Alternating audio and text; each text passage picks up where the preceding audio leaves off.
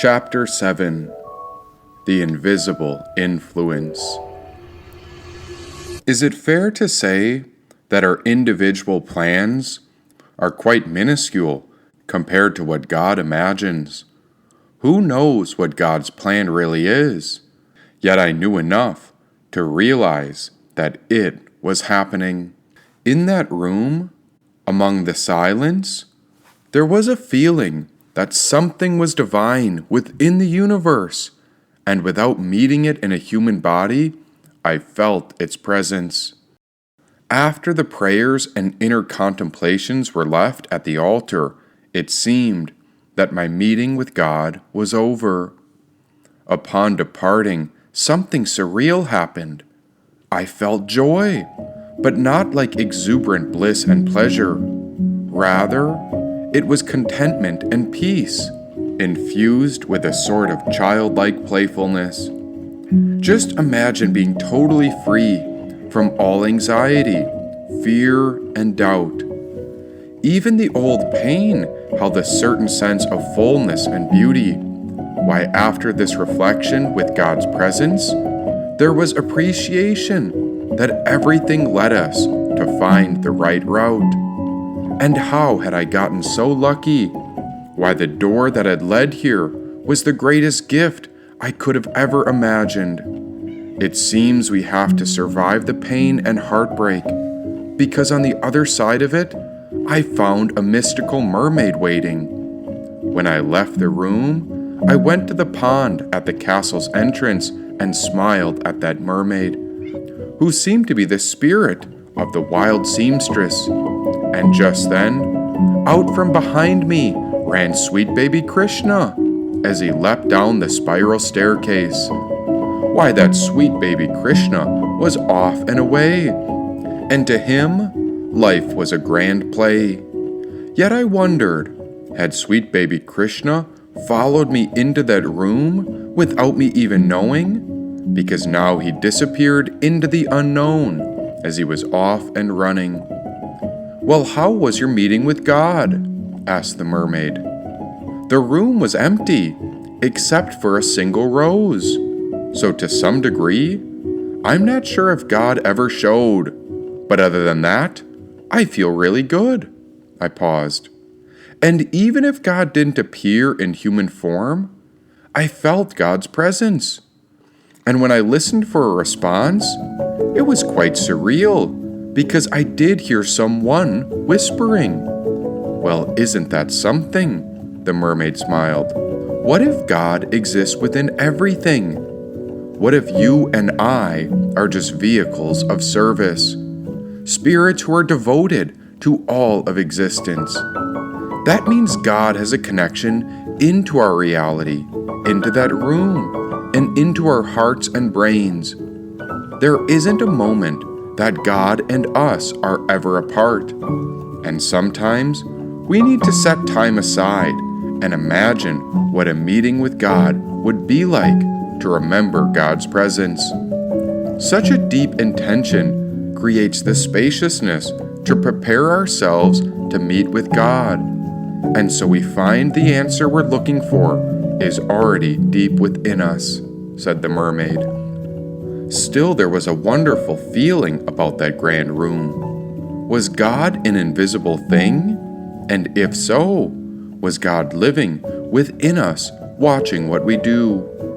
So you've had a meeting with God too. What did you learn? I asked the mermaid. "Sure did. And God was very patient. Why, back then, I was a hyper mermaid, as sly as they come. But I was transformed by the time God was finished. There were quite a few good lessons, a lot of which I've implemented into my current living situation. One of the better bits of wisdom was when I realized that whatever is meant for us won't pass us by," said the mermaid. "And what did you learn from your meeting with God?" said the mermaid. "I'll have to reflect, as it's still quite fresh. But there's something so strange that happened. In that deep contemplation, many ideas arose, but beyond my own breath, there was only one person I could hear whispering, I heard you speak. How is it possible that I felt you in the room with me? While you were up there, I was swimming and dreaming of becoming a mother, and I couldn't hear you, but to some degree, I'm aware that we can feel the vibrations of others. What if we are not bound by our inward or outward bodies, but rather, what if our essence is a divine spiritual energy, and that's the voice you heard whispering? Who I am is not smart enough to craft, create, or maintain an entire parallel reality, but yet, at the same time, I'm aware that our universe created both you and me. What if our spiritual soul can speak between walls and boundaries? What if it was God working through me to offer you guidance? Because from my point of view, I was down here picturing what it would be like to make a child, said the mermaid. Far out, I paused. I've only been able to picture marriage. Then just outside the castle courtyard, there were 24 souls centered around sweet baby Krishna with his cap and bells. The energy was luminous, as this little Krishna had taken center stage as he had many stories to tell. The 24 mystical souls gathered to gaze at the young Krishna in amazement. They were all tuned into this tiny youthful child, but what were they doing? Doesn't the enchanted kingdom make the soul so curious? Said the mermaid. And what are they up to? They're celebrating, said the mermaid. Celebrating what? The ruler of our kingdom, said the mermaid. What do you mean, ruler? They're putting sweet baby Krishna in charge? He's just a baby. Do you think that it'll work out?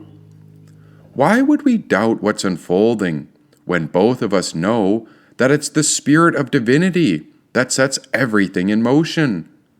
What would it feel like to trust and to imagine that this is how it's meant to be happening? Here in the enchanted kingdom, the youngest is always in charge of the kingdom, since the wisest souls are the most youthful. And after many years, the wait is over, and look who has returned. A new age is upon us, and you and I have quite the purpose. Now look even closer. Can you see beyond your own fears? We are all the youngest. We are all children down here, said the mermaid. But is this real life, or how should I make sense of it? Am I dead or dreaming? Because I do believe and agree with the divine ticket. It all depends on where we stand and how we see it. What we are each looking at is a reflection of our own projections, and so we should be curious about the current of love that flows within all of it. From the point of view of a limited ego, you yourself stand in a place called the I. But when you expand beyond your personal view, you start to see how all of life is comprised. There is a current, a spiritual force, and that is the youthful essence which gives life to the enchanted kingdom. And what could be better than that? To know that we are all spiritual souls, woven together through the nature of our spirits. That's why we can release all doubt. Do you see why there's no need to fear?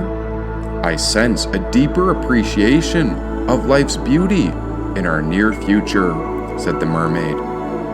So is this experience all relative based on how we view it?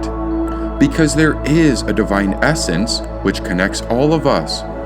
Then do these spirits and surreal creatures mirror us? Or how do we exist within this? Imagine if the soul was music and our body an instrument. You can't have one without the other, and so it's clear that both are needed. Upon the earth we have a body, and we use it to generate something like a melody or tune. But if either our body or soul is broken or out of alignment, then we will realize how both aspects are extremely important. Now beyond that, there is a critical piece that holds the rhythm. We call that our heartbeat. Why, only the heart could maintain the pulse that keeps our spiritual music going, said the mermaid. Unbelievable, I told her. What do you mean, unbelievable? This is totally believable. You need to get that word out of your vocabulary. Instead, tell yourself that it's even better than you could ever imagine, said the mermaid. Well, it's also fascinating, and I suppose it is far better than I could ever imagine. And so how might one take control to direct such spiritual music? After all, it requires our action.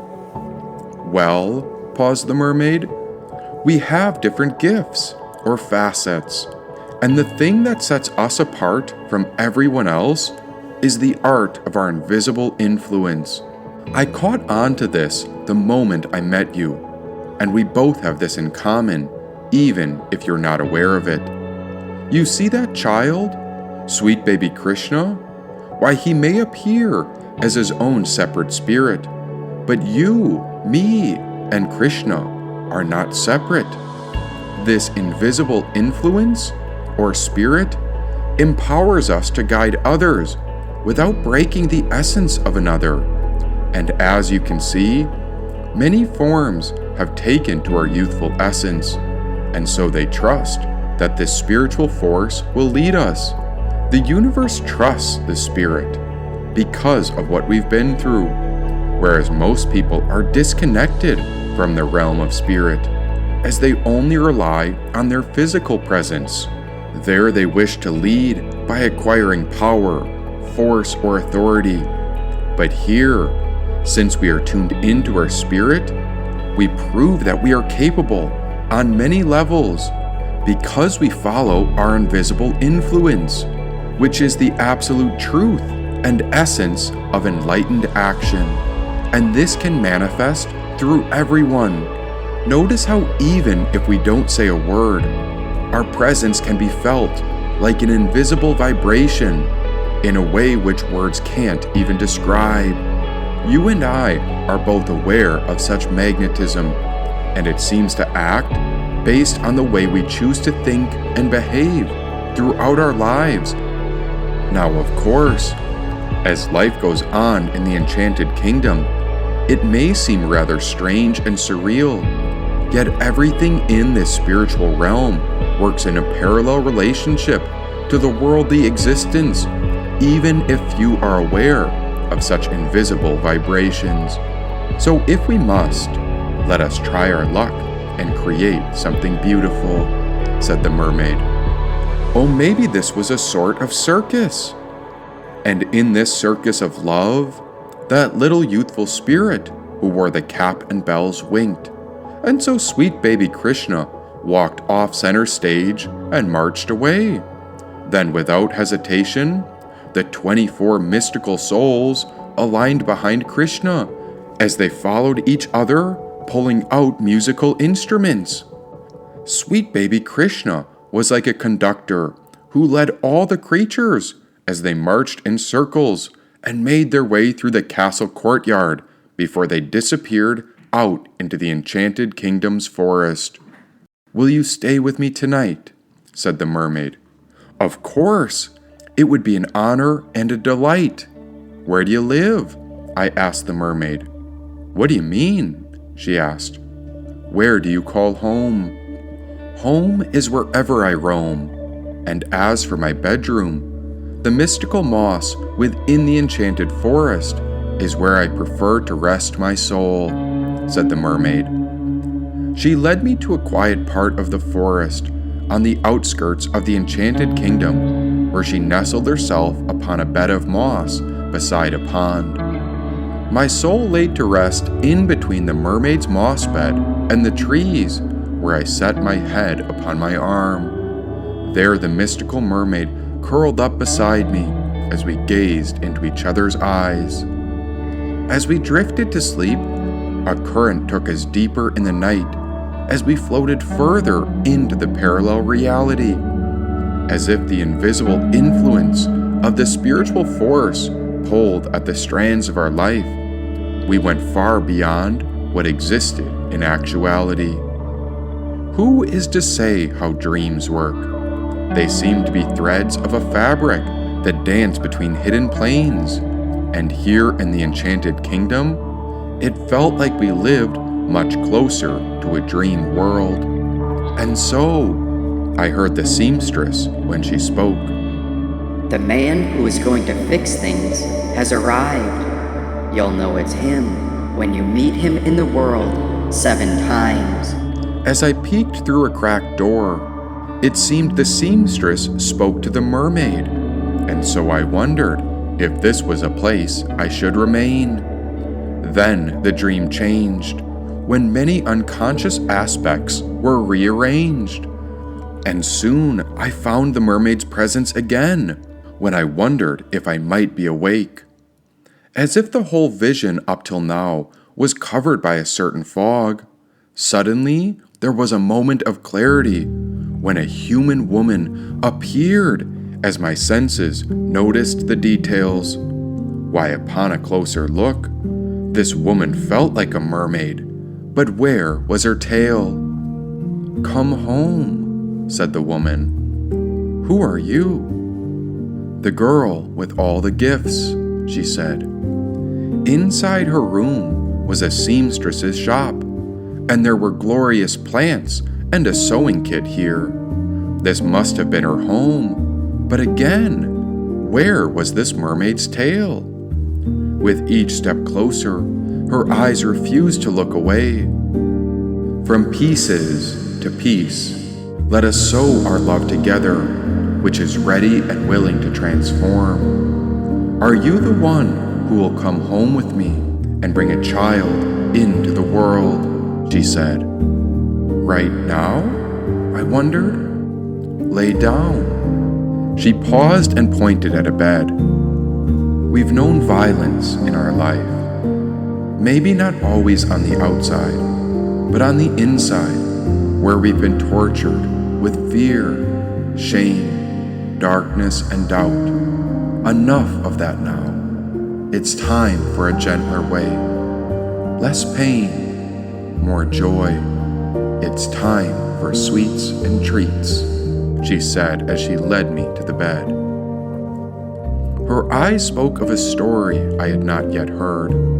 For with her gaze, there was a force connected to the cosmos and the center of the universe. Why, in her eyes, I saw a spiral of starlight, and it pulled me in like gravity. The more I looked into her, the more I felt free in the purest reality. As I lay down, she climbed on the bed with her knees beside my head. When she ran her hands and fingers across my shoulders, back, before she reached to my waist.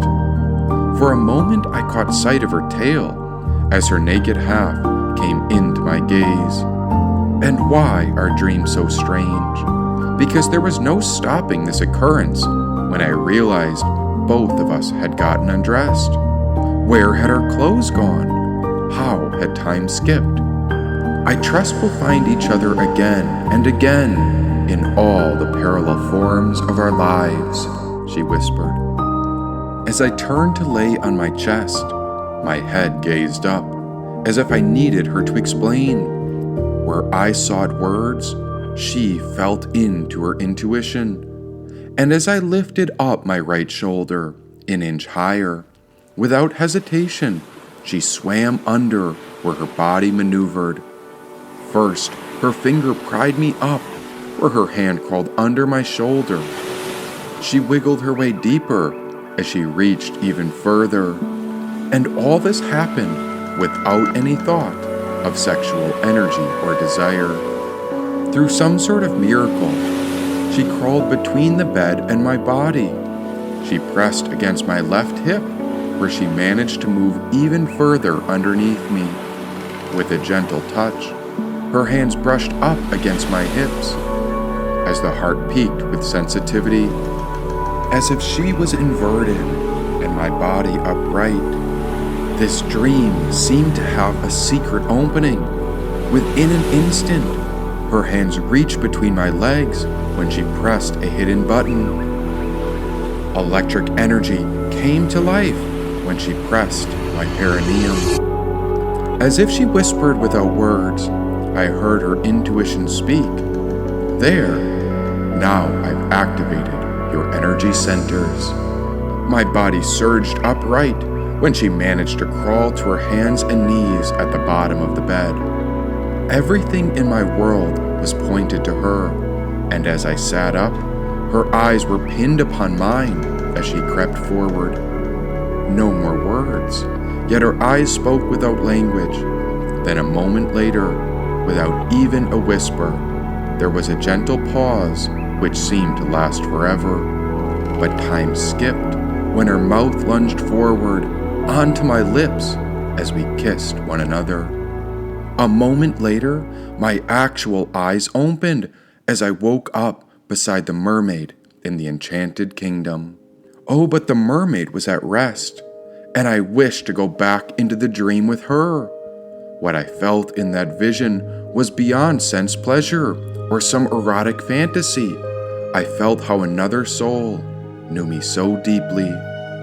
The dream showed me that there was someone out there who seemed to know what my spirit needed exactly, that this mermaid's essence lived in the body of a real woman, and she knew exactly what I required, more than I knew for myself, and the dream reached beyond what I thought I could even desire. She had activated something within me while I wondered about a connection to a human woman on the earth plane. A moment later, the mermaid opened her eyes as she too was awake. "Good morning, love," said the mermaid. "Did you dream of anything in particular?" The mermaid smiled and yawned. "Yes, something beautiful. It was quite vivid."